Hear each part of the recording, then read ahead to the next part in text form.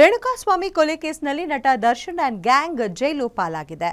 ಹೊರಗೆ ಐಷಾರಾಮಿ ಜೀವನ ಕಂಡಿದ್ದ ದರ್ಶನ್ ಜೈಲಿನಲ್ಲಿ ನನಗೆ ಫೆಸಿಲಿಟಿ ಸರಿ ಇಲ್ಲ, ನಂಗೆ ದಿಂಬು ಬೆಡ್ಶೀಟ್ ಕೊಡ್ತಾ ಇಲ್ಲ, ಬಿಸಿಲಿಗೂ ಬಿಡ್ತಾ ಇಲ್ಲ ಅಂತ ಖ್ಯಾತೆ ತೆಗೆದಿದ್ರು. ಸೆಲ್ನಲ್ಲಿ ನಾನಾ ಸಮಸ್ಯೆ ಆಗ್ತಿದೆ ಎಂದು ದೂರು ಕೊಟ್ಟಿದ್ದ ದರ್ಶನ್ ಕಳ್ಳಾಟ ಇದೀಗ ಬಯಲಾಗಿದೆ. ಯಾವಾಗ ವರದಿಯಲ್ಲಿರೋ ಮಾಹಿತಿ ಕಿವಿಗೆ ಬಿತ್ತೋ ಜೈಲಿನಲ್ಲಿರೋ ದರ್ಶನ್ ಏನಿದ್ದಾರೆ ತನ್ನ ಗ್ಯಾಂಗ್ ಮೆಂಬರ್ಸ್ ಮೇಲೆ ಕೂಗಾಡಿ ಕೆಂಡಾಮಂಡಲವಾಗಿದ್ದಾರಂತೆ. ಅಷ್ಟಕ್ಕೂ ಏನಾಯ್ತು ಈ ಸ್ಟೋರಿ ನೋಡಿ. ಚಾಲೆಂಜಿಂಗ್ ಸ್ಟಾರ್ ದರ್ಶನ್ ಆರೋಪಗಳಿಗೆ ಟಕ್ಕರ್. ವರದಿಯಲ್ಲಿ ರಿವೀಲ್ ಆಯಿತು ಡೆವಿಲ್ ಅಸಲಿ ಗೇಮ್. ಸ್ವಾಮಿ, ನನಗೆ ಜೈಲು ಜೀವನ ಆಗ್ತಿಲ್ಲ.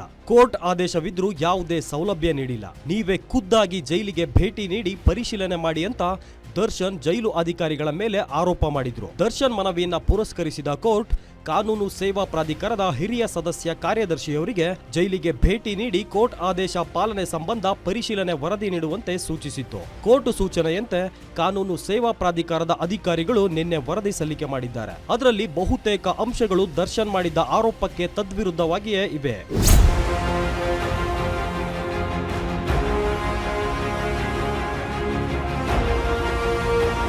ಯಾವಾಗ ವರದಿಯಲ್ಲಿರೋ ಮಾಹಿತಿ ತನ್ನ ಆರೋಪಗಳಿಗೆ ವಿರುದ್ಧವಾಗಿವೆ ಅನ್ನೋದು ಗೊತ್ತಾಯ್ತೋ ದರ್ಶನ್ಗೆ ಶಾಕ್ ಎದುರಾಗಿತ್ತು. ಹಗಲಲ್ಲಿ ತೋಡಿದ ಬಾವಿಗೆ ರಾತ್ರಿ ಬಿದ್ದಂಗಾಗಿತ್ತು ದರ್ಶನ್ ಸ್ಥಿತಿ.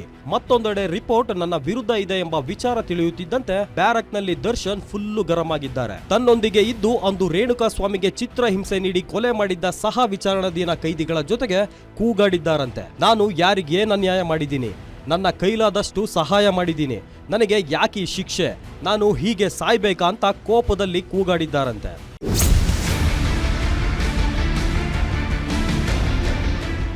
ಇನ್ನು ದರ್ಶನ್ ಕೋಪಗೊಂಡ ರೀತಿ ನೋಡಿ ಫುಲ್ಲು ಶಾಕ್ ಆಗಿದ್ದಾರೆ. ಬಳಿಕ ಮ್ಯಾನೇಜರ್ ನಾಗರಾಜ್ ಮಾತ್ರ ದರ್ಶನ್ ಸಮಾಧಾನಕ್ಕೆ ಮುಂದಾಗಿದ್ದು ಅವರೆಲ್ಲರ ಮೇಲೆ ಕೆಂಡಾಮಂಡಲವಾಗಿದ್ದಾರಂತೆ. ಬಳಿಕ ಸೈಲೆಂಟ್ ಆಗಿರೋ ದರ್ಶನ್ ಯಾರೊಂದಿಗೂ ಬೆರೆಯದೆ ಒಂಟಿಯಾಗಿ ಕುಳಿತಿದ್ರು ಅನ್ನೋ ಮಾಹಿತಿ ಲಭ್ಯವಾಗಿದೆ.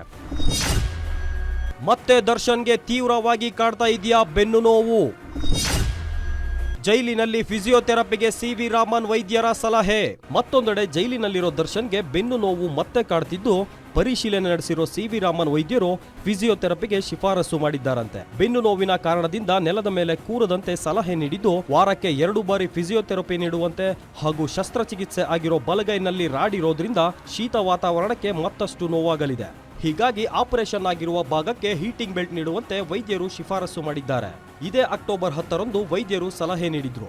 ಇಲ್ಲಿಯವರೆಗೆ ಯಾವುದೇ ರೀತಿ ಚೇರ್ ಆಗಲಿ ಹೀಟಿಂಗ್ ಬೆಲ್ಟ್ ಆಗಲಿ ನೀಡಿಲ್ಲವೆಂಬ ಮಾಹಿತಿ ವರದಿಯಲ್ಲಿ ಉಲ್ಲೇಖವಾಗಿದೆ. ಈ ಸಂಬಂಧ ಅಕ್ಟೋಬರ್ 24ರಂದು ನಡೆಯಲಿರೋ ವಿಚಾರಣೆ ವೇಳೆ ಕೋರ್ಟ್ನ ಗಮನಕ್ಕೆ ತರಲು ದರ್ಶನ್ ಪರ ವಕೀಲರು ಸಿದ್ಧತೆ ನಡೆಸಿದ್ದಾರೆ. ಅದ್ರ ಜೊತೆಗೆ ವಕೀಲರ ಜೊತೆ ಮಾತನಾಡಬೇಕೆಂದಿರೋ ದರ್ಶನ್ ಈಗ ಆಗಿರೋದು ಆಗಿದೆ. ಮುಂದೇನು ಅಂತ ಮಾತುಕತೆ ನಡೆಸಿದ್ದು ಮಾನವ ಹಕ್ಕುಗಳ ಆಯೋಗದ ಮೊರೆ ಹೋಗಲು ನಿರ್ಧಾರ ಮಾಡಿದ್ದಾರೆ ಎಂದು ತಿಳಿದು ಬಂದಿದೆ. S K Manjunath, crime bureau, guarantee news.